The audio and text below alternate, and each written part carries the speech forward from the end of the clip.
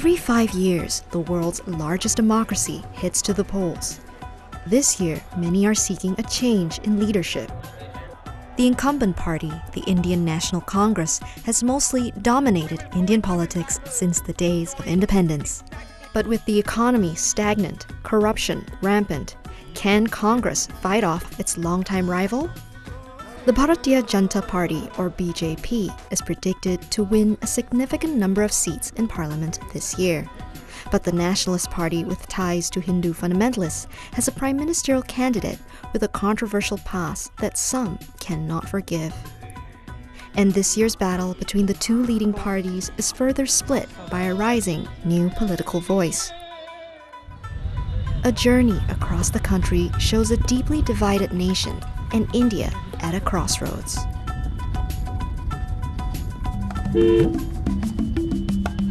We begin in a suburb of India's sprawling capital city, New Delhi.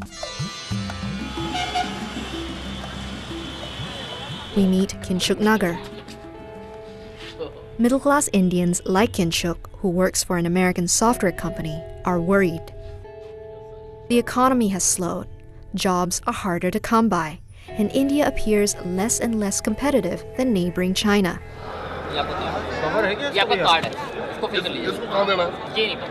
And so, Kinshuk is throwing his vote behind the BJP and Narendra Modi, its prime ministerial candidate, because of Mr. Modi's pro-business platform.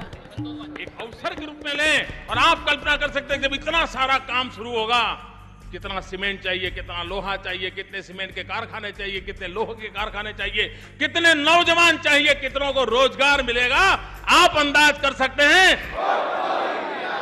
You can see the number of scores of people over here, and they meant Modi ji to be PM. They seriously believe that he is the man for the next generation India. Just give like 60 months to Modi ji and see what happens. If you are true, if it's like it's not working, it's not going to work, then you can always change in the next elections. But at least give one chance to man. Modi's stronghold is here. We move to the northwest coast of India, to the state of Gujarat. Ahmedabad, the former state capital, is a showcase with smooth paved roads and modern infrastructure. Rajiv Parikh was born and raised here. He runs a logistics and diagnostics company.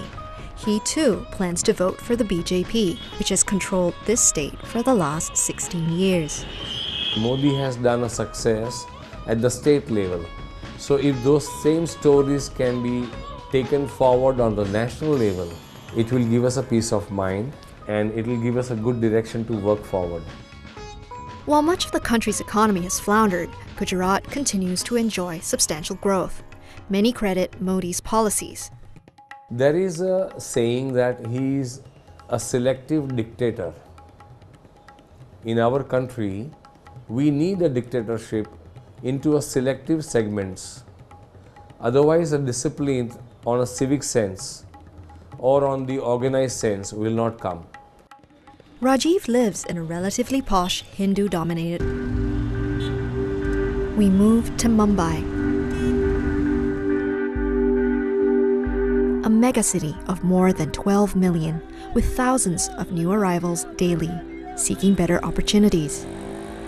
Nearly everyone we spoke with, Rahul believes his vote counts. Yet he also plans to vote for the very same party that has been blasted by corruption scandals over the last 5 years. Congress को हम लोग इसलिए vote देना चाहते हैं कि पहले आज 5-6 पंचवर्षीय योजना पहले इंदिरा गांधी थी तो नियम कानून उनके शासनकाल में अच्छा था इसलिए. Indira Gandhi. When Indira Gandhi was alive and in power from the mid-60s to the mid-80s, Rahul Yadav wasn't even born. Congress has been led by the Nehru-Gandhi family since India's independence and has dominated Indian politics. The current face of the party is Rahul Gandhi. Nobody can stop any Indian if he asks a question of his government. This is what the Congress party and the UPA has done over the last 10 years. For voters like Rahul Yadav, Congress means Indian leadership and the Gandhi name. But questions about corruption are increasingly disrupting politics here.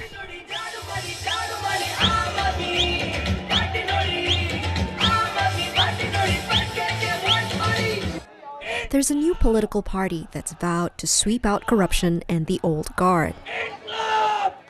The Aam Aadmi Party, or AAP, is led by Arvind Kejriwal, a former income tax officer and an anti-corruption crusader. और आम आदमी party आज इस देश को एक alternative politics देने की बात करती है, ईमानदार राजनीति देने की बात करती है. Last December, AAP, which grew out of anti-corruption street protests across Delhi, managed to form the government here. AAP's anti-corruption and anti-inflation platform resonated with the working class, in particular with Indians like Naresh Chandjindrania. अब कोई आदमी नया आता है तो आदमी सोचता है ये सही काम करेगा, इसलिए उम्मीद लगाए बैठे रहते हैं. Naresh is an auto rickshaw driver, working 14 hours a day, every day.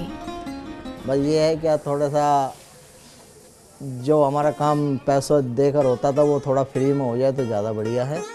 He says life in Delhi improved when AAP took over the local government. By the middle of May, some 800 million Indians will have cast a vote.